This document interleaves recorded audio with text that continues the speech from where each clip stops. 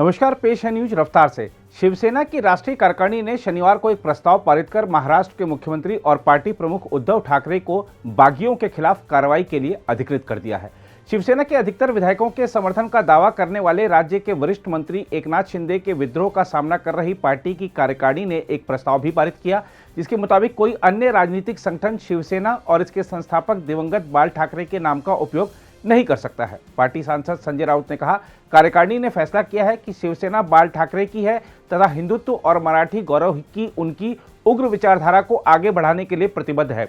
शिवसेना इस रास्ते से कभी नहीं हटेगी।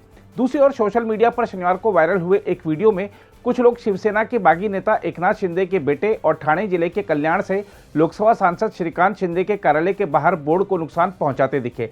वीडियो में कुछ लोगों को श्रीकांत शिंदे के उल्लासनगर कार्यालय पर पथराव करते हुए देखा गया और उन्हें उद्धव ठाकरे के समर्थन में नारेबाजी करते हुए सुना गया।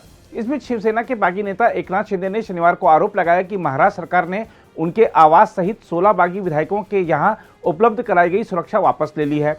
साथ ही शिंदे ने इसे राजनीतिक प्रतिशोध की भावना से किया गया कार्य बताया। हालांकि गृह मंत्री दिलीप वलसे पाटिल ने इन आरोपों से इनकार किया है।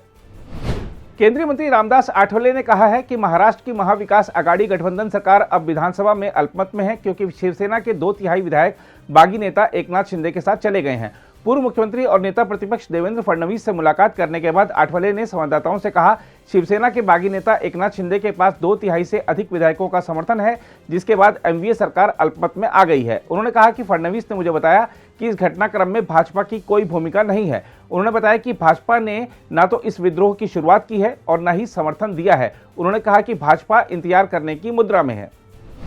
इस साल अमरनाथ यात्रा के दौरान श्रद्धालुओं को अधिक खतरा होने की आशंका के मद्देनजर सुरक्षा बलों ने सुरक्षा की अभूतपूर्व व्यवस्था की है। थल सेना के एक वरिष्ठ अधिकारी ने बताया कि यात्रा के दौरान आतंकवादियों द्वारा हमला किए जाने की विश्वसनीय सूचना मिलने के मद्देनजर इस बार पहले से 3 से 4 गुना अधिक सुरक्षा कर्मियों की तैनाती की जा रही है। उन्होंने कहा, इस साल अमरनाथ यात्रा को खतरा अधिक है। आमतौर पर हमें हर साल यात्रा को आतंकवादियों द्वारा निशाना बनाए जा सकने की सूचना मिलती है, लेकिन इस बार ऐसी जानकारी अधिक है। हम आपको बता दें कि इस साल अमरनाथ यात्रा 30 जून को शुरू होगी और 11 अगस्त को संपन्न होगी।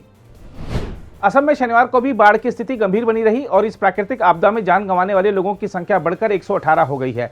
कछार जिले का सिलचर शहर छठे दिन भी जलमग्न रहा।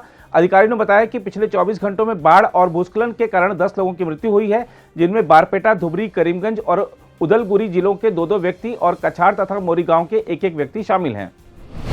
केरल के वायनाड में कांग्रेस सांसद राहुल गांधी के कार्यालय पर हुए हमले के संबंध में सत्तारूढ़ माकपा की छात्र इकाई स्टूडेंट्स फेडरेशन ऑफ इंडिया के 19 कार्यकर्ताओं को गिरफ्तार किया गया है। इस संबंध में शनिवार को और गिरफ्तारियां होने की संभावना है। पुलिस ने बताया कि गिरफ्तार किए गए सभी व्यक्तियों की पहचान एसएफआई के स्थानीय कार्यकर्ताओं के रूप में हुई है और एक अदालत ने उन्हें 2 सप्ताह के लिए हिरासत में भेज दिया है। बहुजन समाज पार्टी ने एनडीए की राष्ट्रपति पद की उम्मीदवार द्रौपदी मुर्मू को समर्थन देने की घोषणा की है। द्रौपदी मुर्मू का देश की पहली आदिवासी और दूसरी महिला राष्ट्रपति बनना लगभग तय माना जा रहा है। बसपा प्रमुख मायावती ने लखनऊ में कहा, राष्ट्रपति चुनाव के संबंध में बसपा अपना फैसला लेने के लिए आजाद है। पार्टी ने आदिवासी समाज को अपने आंदोलन का खास हिस्सा मानते हुए द्रौपदी मुर्मू का समर्थन करने का निर्णय लिया है। उन्होंने कहा, हमारा यह फैसला न तो बीजेपी या एनडीए के समर्थन में है और न ही संयुक्त प्रगतिशील गठबंधन के खिलाफ है। उन्होंने कहा कि हमने अपनी पार्टी और आंदोलन को ध्यान में रखते हुए यह फैसला किया है। भारत में एक दिन में कोविड-19 के 15,940 नए मामले सामने आने के बाद देश में कोरोना वायरस से अब तक संक्रमित हो चुके लोगों की संख्या बढ़कर 4,33,78,234 पर पहुंच गई है। वहीं उपचाराधीन मरीजों की संख्या 88,284 से बढ़कर 91,789 हो गई है। केंद्रीय स्वास्थ्य मंत्रालय की ओर से शनिवार सुबह 8 बजे जारी आंकड़ों के अनुसार भारत में बीते 24 घंटे में संक्रमण से 20 और लोगों की मौत के बाद मृतकों की संख्या बढ़कर 5,24,974 हो गई है। मंत्रालय ने बताया कि देश में कोविड-19 के उपचाराधीन मरीजों की संख्या बढ़कर 91,789 हो गई है। नॉर्वे की राजधानी ओस्लो में शनिवार तड़के एक बार के बाहर हुई गोलीबारी की घटना में 2 लोगों की मृत्यु हो गई, जबकि 10 अन्य गंभीर रूप से घायल हो गए। नॉर्वे की पुलिस का कहना है कि वह ओस्लो में हुई गोलीबारी की घटना को आतंकवादी हमला मानकर इसकी जांच कर रही है। पुलिस अधिकारियों ने संवाददाता सम्मेलन में कहा कि गोलीबारी के सिलसिले में गिरफ्तार किया गया 42 वर्षीय संदिग्ध व्यक्ति ईरानी मूल का नॉर्वे का नागरिक है, जिसकी आपराधिक पृष्ठभूमि रही है। पुलिस ने हमलावर के पास से एक पिस्तौल और एक स्वचालित हथियार समेत 2 आग्नेयास्त्र जब्त किए हैं। ओस्लो में गोलीबारी की यह घटना ऐसे समय में हुई है जब शहर में समलैंगिकों के समर्थन में एक वार्षिक रैली के आयोजन की तैयारियां चल रही थी। हम आपको बता दें कि ओस्लो के लंदन पब नामक जिस बार के बाहर यह गोलीबारी हुई वह समलैंगिकों के बीच बेहद लोकप्रिय है। भारतीय अंतर्राष्ट्रीय मास्टर नितिन सेंथिवेल ने 13वें चेन्नई ओपन अंतर्राष्ट्रीय ग्रैंड मास्टर शतरंज टूर्नामेंट 2022 के 9वें दौर में हमवतन और साथी आईएम रविचंद्रन सिद्धार्थ से ड्रॉ खेला, लेकिन वह 8 अंक लेकर तालिका में शीर्ष पर बरकरार हैं। नितिन रूस के जीएम बोरिस सावचेंको, बेलारूस के एलेक्सेई फेडेरोव, अरोनियाक घोष और हिमल गोसाई पर आधे अंक की बढ़त बनाए हुए हैं। इन सभी के 7.5 अंक हैं। रविवार को फाइनल दौर खेला जाना है। सरकार ने जीएसटी क्षतिपूर्ति उपकर लगाने की समय सीमा करीब 4 साल के लिए बढ़ाकर 31 मार्च 2026 तक कर दी है।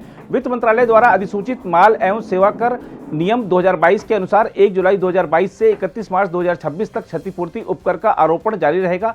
उपकर लगाने की समय सीमा 30 जून को ही समाप्त होने वाली थी, लेकिन केंद्रीय वित्त मंत्री निर्मला सीतारमण की अध्यक्षता वाली जीएसटी परिषद ने इसकी समय सीमा को मार्च 2026 तक विस्तार देने का फैसला किया। बीते 2 वर्षों में लिए गए कर्जों के पुनर्भुगतान के लिए इस समय सीमा को बढ़ाने का फैसला किया गया है। अगर आप भी लेना चाहते हैं देश दुनिया की तमाम जानकारी तो आज ही सब्सक्राइब करें हमारे चैनल को। साथ ही नीचे दिए बेल आइकन को जरूर दबाएं ताकि हर अपडेट आप तक पहुंच सके।